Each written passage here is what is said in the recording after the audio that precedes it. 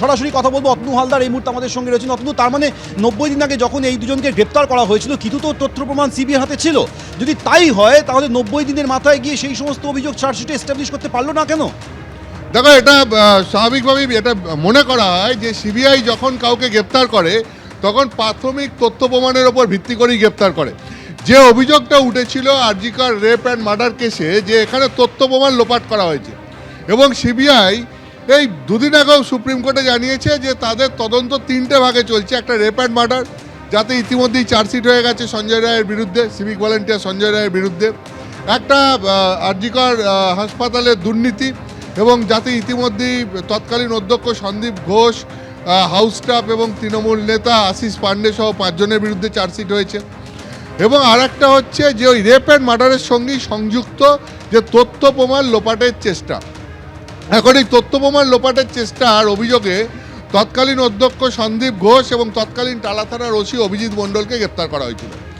তোমার নিশ্চয়ই মনে আছে যে এই গ্রেপ্তারির পরে সিবিআইয়ের পক্ষ থেকে সুপ্রিম কোর্টে এবং একই সঙ্গে শিয়ালদা কোর্টে যেটা দাবি করা হয়েছিল, যে সুপ্রিম কোর্টে তারা দাবি করেছিলেন যে এর পেছনে এই রেপ অ্যান্ড মার্ডারের পেছনে একটা বড় গভীর ষড়যন্ত্র আছে। এবং শিয়ালদা কোর্টে তারা দাবি করেছিলেন যে তারা কিছু তথ্য প্রমাণ পেয়েছেন এবং সেই তথ্য প্রমাণের উপর ভিত্তি করে তারা টালা থানার সিসিটিভির যে হার্ড ডিস্ক সেটা সিজ করেছেন, এবং সেখানকার ফুটেজ খতিয়ে দেখা হচ্ছে।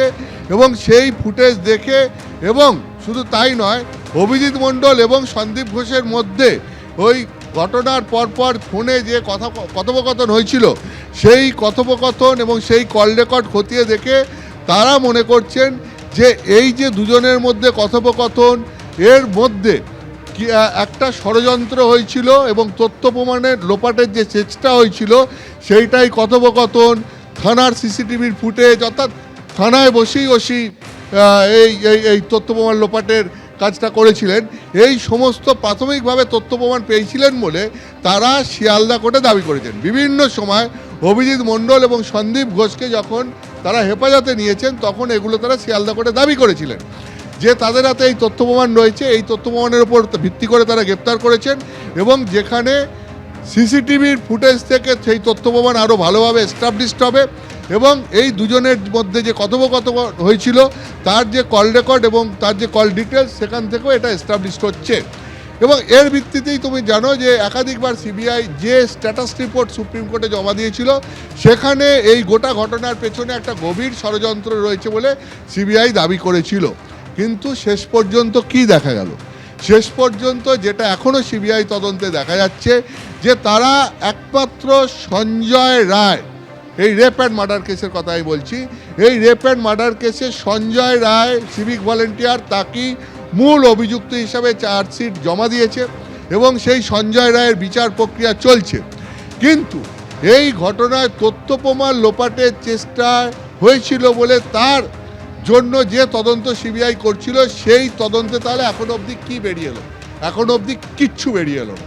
তার কারণ এই কারণে আমি এটা বলছি যে সিবিআই জানতো যে আজকে এই মামলা অভিজিৎ মণ্ডল এবং সন্দীপ ঘোষের গ্রেপ্তারি 90 দিন হচ্ছে, এবং 90 দিনের মধ্যে এই মামলায় চার্জশিট দেওয়ার কথা।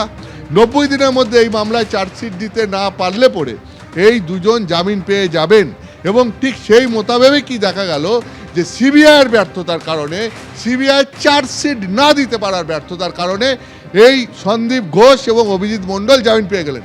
সিবিআই দুদিন আগেও সুপ্রিম কোর্টে দাঁড়িয়ে বলেছে যে তারা এই রেপ অ্যান্ড মার্ডার কেসে যে তথ্য প্রমাণ লোপাটের অভিযোগ, সেই অভিযোগের ভিত্তিতে তারা সাপ্লিমেন্টারি চার্জশিট জমা দেবেন। চার্জশিট জমা দিতে হলে তো সময় দিতে হবে, নিশ্চয়ই তারা কোনো প্রাথমিকভাবে তথ্য প্রমাণ পেয়েছিলেন।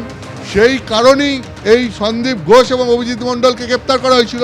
সন্দীপ ঘোষ আর অভিজিৎ মণ্ডলকে তো সিবিআই নিশ্চয়ই, সিবিআইয়ের মতো একটা অর্গানাইজেশন, একটা সংস্থা নিশ্চয়ই এমনি গ্রেপ্তার করেনি, প্রাথমিক তথ্য প্রমাণ ছাড়া নিশ্চয়ই গ্রেপ্তার করেনি। আদালতে গিয়ে বারবার তাদের হেফাজতে চেয়েছে, যে প্রাথমিক তথ্য প্রমাণ তাদের হাতে আছে বলেই তারা বারবার হেফাজতে নিয়েছে, এবং তাদেরকে জেল হেফাজতে রাখার জন্যও বারবার আবেদন জানিয়েছে। তাহলে পরে নিশ্চয়ই সিবিআইয়ের হাতে প্রাথমিক তথ্য প্রমাণ ছিল। তাহলে সেই সমস্ত প্রাথমিক তথ্য প্রমাণ সেইগুলো নিয়ে সাপ্লিমেন্টারি চার্জশিট তারা নির্দিষ্ট সময়ের মধ্যে জমা দিতে পারলো না কেন? 90 দিন তো যথেষ্ট সময় এই মামলার ক্ষেত্রে, যেখানে মূল মামলার চার্জশিট জমা হয়ে যাচ্ছে, তার বিচার প্রক্রিয়া শুরু হয়ে প্রায় শেষের পথে, যে মামলার অভিযুক্ত হচ্ছে গিয়ে সিভিক ভলেন্টিয়ার সঞ্জয় রায়, সেখানে এই মামলারই আর একটা অংশ যেখানে তথ্যপ্রমাণ লোপাটের অভিযোগ উঠছে, সেখানে 90 দিনের মধ্যে অভিযুক্তদের বিরুদ্ধে সিবিআই চার্জশিট দিতে পারলো না কেন? তাহলে এখন প্রশ্ন উঠবে যে কোন তথ্য প্রমাণের ওপর ভিত্তি করে সন্দীপ ঘোষ এবং অভিজিৎ মণ্ডলকে সিবিআই গ্রেপ্তার করেছিল?